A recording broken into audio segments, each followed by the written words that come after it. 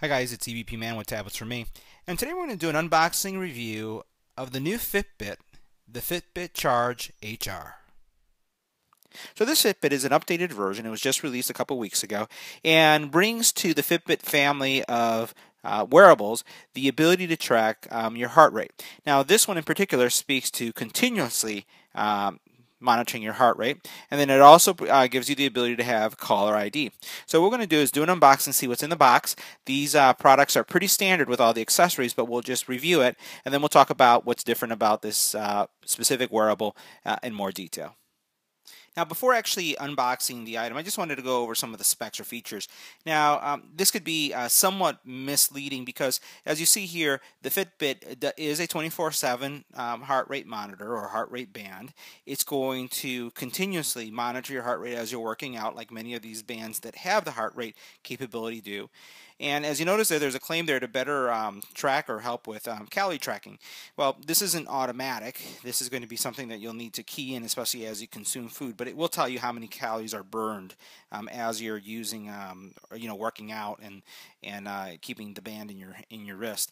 Over here, you'll notice that here are all the activities that this can track: steps, distance, floors climbed, calories burned, active minutes, and obviously the time. There is a monitor for sleep that you'll be able to monitor how well you sleep. There will be caller ID if you want to have this connected to your watch, Android or Apple. It works, and also caller ID, and it can also sync wirelessly. So let's go ahead and open it up and see what's inside. Now, inside the box, you'll find a couple items. The first thing that you'll have is a little guide on how to configure the actual Fitbit, a safety instruction guide, a USB cable, but this is proprietary. You'll notice here that this is not one of those standard cables that you have, a micro USB cable or a standard USB cable. It's proprietary to the Fitbit, and I'll show you where this connects in a couple seconds. This little dongle, and this is important to keep, you don't want to lose this. This dongle allows you to connect your Fitbit to your computer, and this is one of the first things that you'll need to do when setting up the actual Fitbit. The other thing that this gives you the ability to do is, really, if you don't want to or don't care to connect your Fitbit to your phone, you can use this as a means to track and monitor all your activities. So this is a great thing to have, so don't lose it, and we'll just plug it into our computer and see how it sets up a little bit later. The last thing you have is your Fitbit. Now, the Fitbit comes in a couple sizes. You have a large and a small. And what you have on the box itself, and let me just bring the box here for a second, is you have a wrist chart. And literally all you're going to do is put your wrist, and I apologize for that extreme close-up, right on the side of the box, and you'll be able to see a small or large. I have a large one because this is, again, the width of my wrist. But this is a quick way of how you can tell, is just by simply putting your wrist on the box and seeing where the band rests between these two bars that you see here, a small or a large. Now let's go ahead and take a closer look to see what's changed with the Fitbit. The first thing, and I think that the most important thing about this device is the band. The band has changed to more of a watch-like band, and this is really important. I've had several Fitbits since the initial launch, and I myself have lost many of them, and I've lost them because the band tends to fall off. And not so much the band itself, but it opens up and your Fitbit falls off. I see a lot of comments on the YouTube channel and on forums where folks have been either on a plane, they've taken off, let's say, a sweater as they were buying clothes, taken off their jacket, and the Fitbit band just falls off. Now, there's been improvements in the last Fitbit that was released prior to this where they've improved the clasp, but this to me is the best clasp, where you have this model here.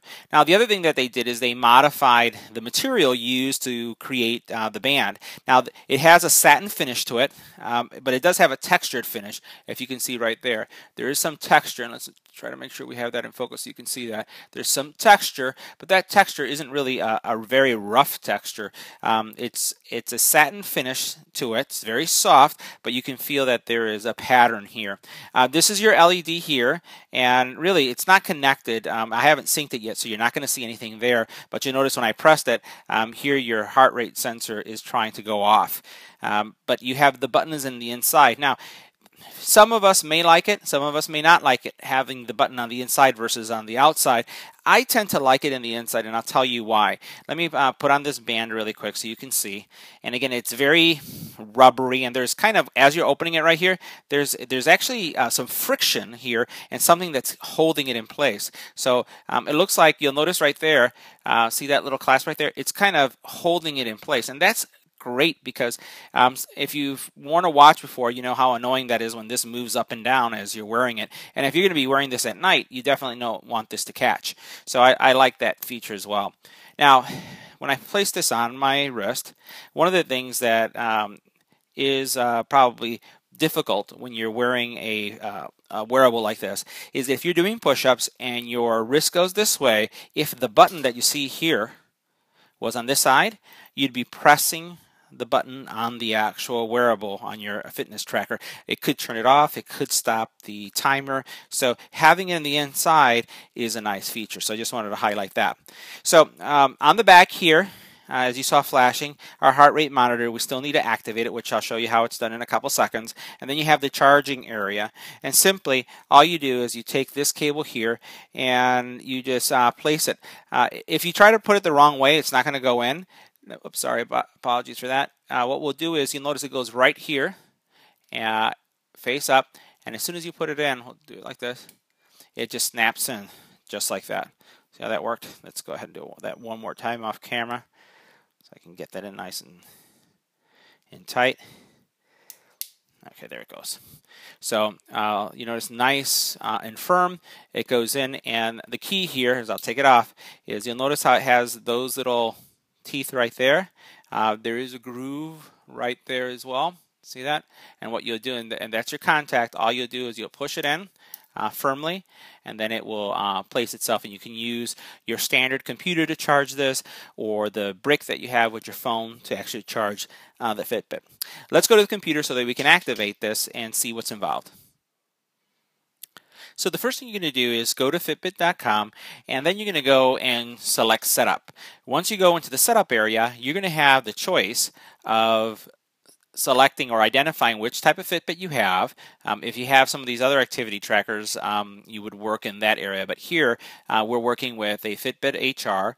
Previously, we had done the giveaway on the Fitbit Charge, and our original review was of the Force and the Flex. So now we're focusing on the Charge. But regardless of which one of the Fitbit family devices you're looking at, you can work with the same download. What you'll do is choose the appropriate operating system for the download. In this case, I'm working with a PC. Download it, and then once the software has been downloaded, we'll launch the program. So what I'm doing now is launching the program. My antivirus is just making sure that everything is good. And here it's identifying what state I'm in. I'm going to go ahead and hit Next to go to the next screen. Do I accept the license? Where it's going to install the software. And I'm going to hit Install. It'll go through the installation process, and this is going to vary from PC to PC. Your Fitbit software may take a couple seconds, or it may take a couple minutes, depending again on the speed of your computer. So what we're going to do is I'm going to pause the video, come back to it once it's actually completed the actual software installation, so that, oh, it's already there. So what we're going to do is we're going to hit Finish and start the software.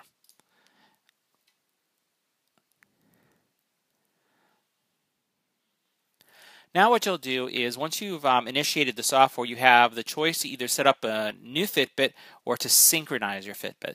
This is a new Fitbit, and what I'm going to need to do, and you'll notice here at the very top, it says that the wireless dongle is not connected. So this dongle that I have right here, and this is the one that came in the box, I'm going to plug it into the computer just so that the computer can recognize it, and we could then synchronize the actual Fitbit. So give me a second to plug that in.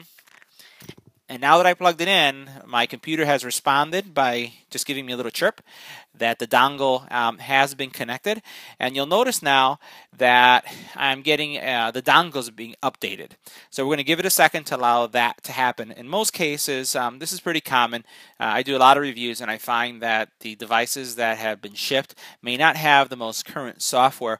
I always advise that you upgrade the software or the devices if you get prompted to. That's going to eliminate all the bugs and anything that they've missed post before they actually shipped out the devices. So what we're going to do is allow this thing to upgrade or update the dongle, and then we'll continue our pairing exercise. So now the software dongle, or in this case the actual receiver that you connect to your computer, has been updated. So now I'm going to do what I'm going to do is select set up a new Fitbit device. Now if you are new to Fitbit, all you do is select new to Fitbit. If you're an existing user, you put in your login credentials. I'm an existing user, so I'm going to select existing, and I'm going to put in my credentials, and then I'll show you the next step. Now, once you put in your information, it's going to ask you to put in some demographic information: your name, your age, your weight, things of that nature, so that it can help with the computations that it needs to do in order to really understand your calorie, the calories that you're burning and whatnot. The next step that you'll do is choose your Fitbit, and you'll notice by putting your pointer in any of these, what you can do is just choose the appropriate Fitbit. I'm going to be choosing the Charge HR since that's what we're working on. And then what it's going to do is give you some information about the Charge HR. Again, the wireless sync dongle, the charging cable, and your actual Fitbit. We'll hit next. Now it's telling us to press and hold the power button. So here I have my Fitbit, and it says again, press and hold the button 3 times, and something should happen. So I'm going to hold it for 3 seconds. You'll notice here now I have that little Fitbit logo came up. All right, so we're going to hit next. And now what I'm going to do is make sure I'll do that again. And you'll notice that a little code came up. Let's make sure you see that. That's in focus. So that little code that you see there, you're going to type it on the screen. So I'm going to put 0660, which happened to be my code. That was on the Fitbit, and hit next. And now it's going to connect to the Fitbit. And you'll notice right here, the Fitbit is going through some type of process. It did have a charge, so I didn't have to worry about charging it. Now you'll notice is, we'll go back to the screen, there is a software update. So the actual Fitbit is getting updated, and you can see that on the screen, and you can also see that on the Fitbit itself. So just let it go through its update. It says that it can take up to 5 to 10 minutes. And once again, this is going to vary based on your computer. If you have an older computer that doesn't really have a lot of power, or you have a lot of wireless interference going around in the house, it may go a little bit slower. I don't think it's going to take 5 minutes, so I'll just keep you guys on the video just for a couple seconds to see, because that bar is moving pretty quick. What I'll do is I'll just pause just for a second, and then we'll come back to the actual update if it takes a little bit longer. So the software update, it took about 2.5 minutes, 3 minutes at the most, and you'll notice that here it's communicating that the update is complete, and it will sync automatically with my PC through this wireless sync within 20 feet of my PC. And again, this is a good option for those of you who may not want to connect the device to your phone. And if I go and I press the button now, it's actually 9 o'clock here, and it's synchronized with my PC time, which my PC time is also synchronized with the internet clock. So everything in my profile, everything that I've set up, all my settings have now synchronized with the actual device itself. So now all I have to do is hit next, and it's going to prompt me with some additional information. It says here's a nice little warning that they're giving you because of the skin irritation that they had with the last version. So they're just prompting you to not wear it 24/7, but take it off every now and then to make sure you don't have skin irritation. It's also talking about the distance, and I really like that, because one of the problems that you have with any of these devices, and I have right here my Moto 360, I also have my Samsung, is that if it's resting right here on the bone, you're not going to get an accurate heart rate. So you have to have it, again, above your wrist bone. So it has to be around there, and that's what they're showing you right there. So that's a good prompt, because that will eliminate a lot of complaints from it not working. Clean and dry, again, the Fitbit, you don't really have to worry about it. You can use it in the shower. You can definitely use it as you're running, and how to clean it just to make sure that you don't have skin irritation. And now what you're going to be able to do is, as we look at the watch itself, or the actual Fitbit, you have a couple options here. I'll bring it in camera. You have the time, you have the steps, heart rate, you have distance, calories burned. And what's odd is I have done nothing, and you'll notice that it's saying that I've walked 172 steps. That's not right. It's right now, it looks like it's reading my, trying to read my heart rate, but it's not on my wrist, so it's just trying to see what it's at. And then again, here's your distance. So some of the stuff is not accurate, and we'll go ahead and as we use this throughout the week, we'll learn more about how well it functions. So I'm going to hit next. I'll hit next one more time. Shows about the again how it will vibrate and basically show me the caller ID. Again, it will show you your goals, and then what I can do now is go to my dashboard. Now, taking a closer look at the dashboard, there's a couple things I wanted to highlight. First, what you have here is an indicator that's going to tell you what the battery level of your Fitbit is. And you notice that my Fitbit is low. I just unboxed it. In this area, it's going to tell you about your activities and steps. Here it's telling you again how close you are to your goals, calories burned.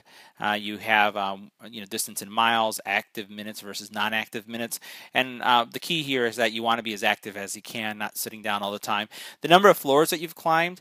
Now, if you are I've noticed that if I am on a bike with this device, or if I'm using a step climber, that it really doesn't track your steps. So this is literally as you're either walking up steps or going in an upward motion, that it really tracks it. A step climber doesn't really do anything with this. Here, when you're asleep, this is going to be your sleep monitor. You have also your steps here. You have your calorie intake if you key that in, and any kind of water that you've consumed. So this is a really nice simple dashboard. It's going to help you really understand, if you key in all the information, how active you are and what type of calories you're consuming.